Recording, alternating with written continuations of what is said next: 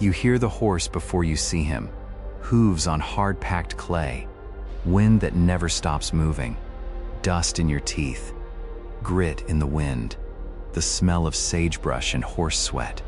The prairie stretches farther than anything you've ever known. No fences, no roads, no mercy.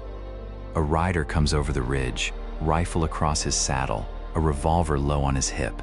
He will one day become president of the United States. But today, out here, nobody calls him that. Out here, they just call him a cowboy. You're standing in the Dakota Badlands, September 1883, before any of what comes next. Roosevelt has come west for the first time, chasing a rumor. The great buffalo herds are almost gone, and if he doesn't hunt one now, he never will. You follow him and his guide, Joe Ferris, through 8 brutal days of rain-soaked tracking, sleeping on wet ground, riding through mud that swallows a horse to the knee, missing shot after shot while Ferris quietly wonders if this rich Easterner will ever hit anything. Then, on the 9th day, near a creek bed thick with cottonwood, you see it. A bull bison, alone, grazing in the mist. Roosevelt raises his rifle, steadies his breath, fires. The animal drops. You watch him do something Ferris has never seen a hunter do. He dances.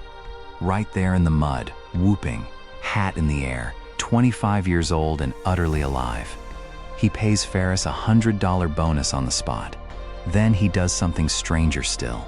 He rides on to a half-built cattle operation nearby, and on a whim, before he's even fully dried off from the hunt, he puts down $1,000 to become a cattle rancher. Nobody around him understands why, least of all him. Rewind 5 months.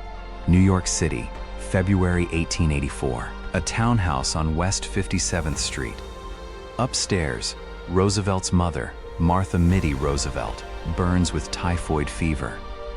Down the hall, his wife Alice has just given birth to their first child.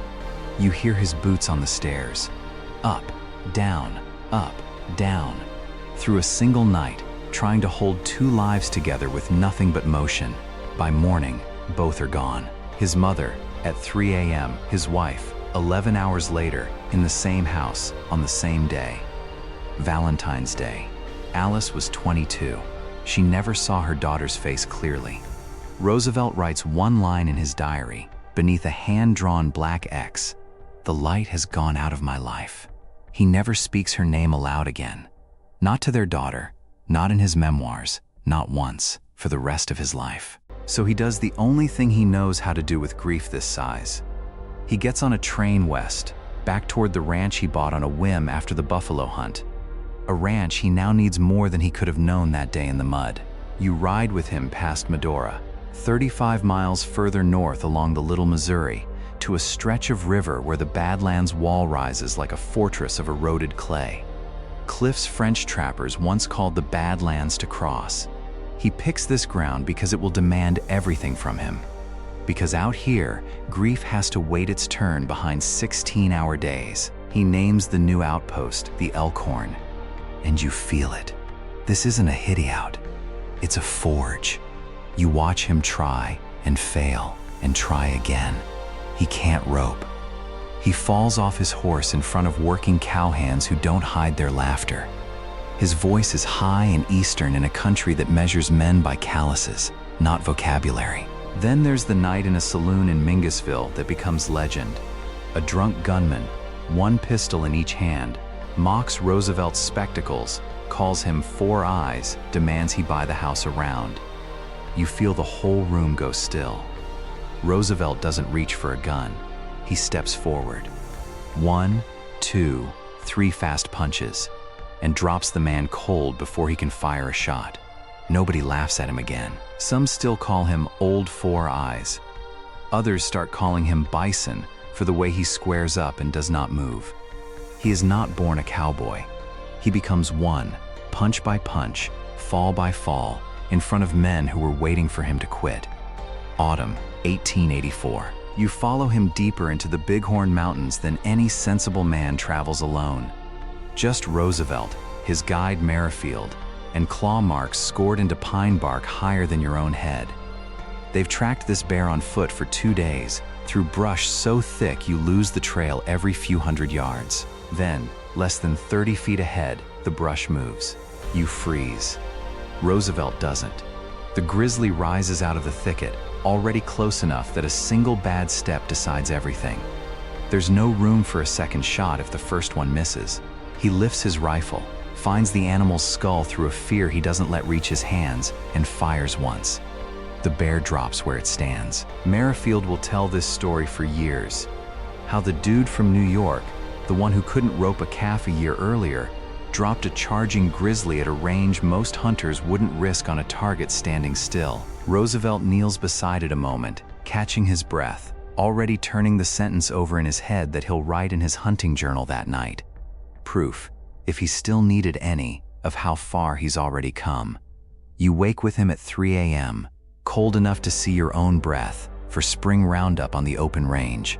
Thousands of cattle scattered across unfenced country. Roosevelt rides 12, 14 hours a day, roping calves for branding alongside his foremen Sylvain and Joe Ferris. The same Ferris from the buffalo hunt, now working his ranch. Dust rises so thick you lose sight of your own hands. The bawling of the herd never stops. At night, you sit with him around a fire under a sky with no city light to dim it. Just stars stacked to the horizon in every direction. The men pass a coffee pot hand to hand. Someone tells a story about a grisly encounter up near the Killdeer Mountains. Then, somewhere out past the firelight, a wolf calls. Once. Twice. Then nothing. Nobody around the fire says a word about it. A hand's palm drifts, without thinking, closer to the rifle propped against his saddle. The talk keeps going, easy as before. But the silence out there hasn't lifted, and everyone at that fire knows it.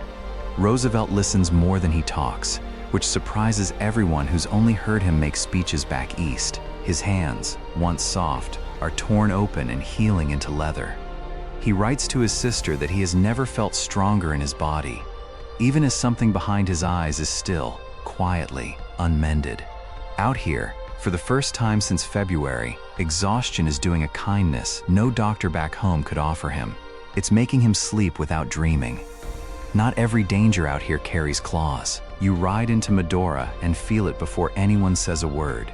A tension between two rival operations that has nothing to do with cattle and everything to do with pride. The Marquis de Moors, a French nobleman who's built a meatpacking empire on this same stretch of river, has heard rumors that Roosevelt's men are behind accusations circling his own ranch hands. Back in France, the Marquis has already fought, and won. More than one duel over lesser insults than this.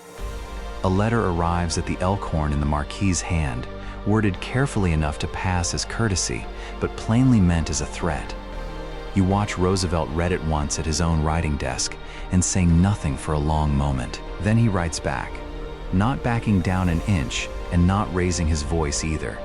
He tells the Marquis plainly that he is not afraid of him and offers to meet him at any time, any distance, with any weapon the Marquis prefers. No duel happens. Faced with a man who won't blink, the Marquis quietly lets the matter drop. Within the year, the two of them are, improbably, on friendly terms. Roosevelt never needed a gun to win that fight. He only needed to prove he wouldn't run from one. Spring, 1886. You're standing on the bank of the Little Missouri as it breaks apart, jagged plates of ice grinding against each other in the current. 3 men steal Roosevelt's flat-bottomed boat in the night. Most ranchers would let it go.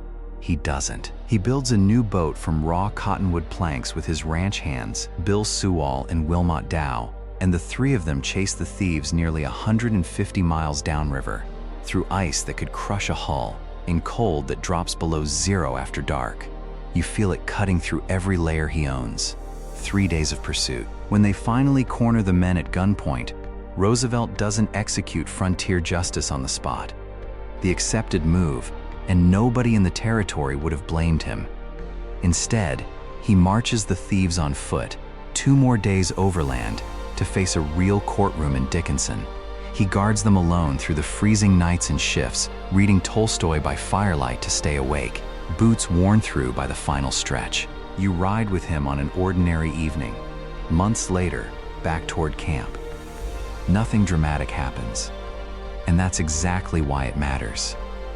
A young hand named Bill, new to the outfit, loses a steer in the brush and braces for a dressing down. Roosevelt just turns his horse and helps him find it, wordlessly, until the animal's back with the herd. Later, over coffee, he asks the boy about his family in Ohio. Not as a boss, as someone who's learned the hard way that a man rides harder for someone who knows his name. You notice it. This is the same instinct that will one day make him climb San Juan Hill at the front of his men instead of behind them. The same instinct that will make him stare down railroad and steel monopolies decades from now, unwilling to lead from a distance. Nobody in this camp knows they're watching a future president learn how to lead. They just know the boss rides beside them, not above them. You watch him pack for the last time at the Elkhorn cabin. Sewall and Dow have decided to take their families back east. Ranching here, they've concluded, is a young man's gamble that doesn't always pay. Roosevelt lingers at the door a moment longer than he needs to. This cabin held him through the coldest years of his life, in every sense of the word. 17 years pass. Some of it you already know the shape of. A second marriage, a return to New York, a charge up a hill in Cuba at the front of his men instead of behind them, because that instinct never left him. Now you're standing on Mount Marcy in the Adirondacks, September 13th, 1901. Roosevelt, vice president now, is climbing at dusk when a runner reaches him on the trail, out of breath. President McKinley, shot 8 days earlier, has taken a turn for the worse. You climb down with him in near total darkness, over rock and root, faster than any guide advises. At the bottom, a borrowed buggy is waiting. He rides through the night over mountain switchbacks in pitch black, changing horses twice, driver pushing them hard enough to risk the axle. He reaches the train at dawn. By the time it pulls into Buffalo, McKinley is already dead. Roosevelt takes the oath of office quietly, in a private home. No crowd, no fanfare. 42 years old, the youngest president in American history. The same hands that once could barely hold a rope now hold the Bible steady. He never once looks like a man who wandered into this by accident. The Elkhorn cabin stands empty now, wind through the cottonwoods. The little Missouri still moving, indifferent, the way it always has. Somewhere in Washington, decades later, a president will stand at a podium, an entire nation listening. But that isn't the man you rode beside. The man you rode beside danced alone in the mud over his first buffalo, fell off horses in front of men who mocked him and got back on every time, dropped a charging grizzly with a single shot and knelt beside it to catch his breath, faced down a nobleman's threat without raising his voice, chased thieves across ice because finishing what you start is the only promise that means anything out here, knelt beside a frozen steer and counted every loss himself rather than look away. He never spoke his first wife's name again, but he spent the rest of his life building something worthy of the man she married. He didn't come to the Badlands to become president. He came here because there was nowhere else to put the grief.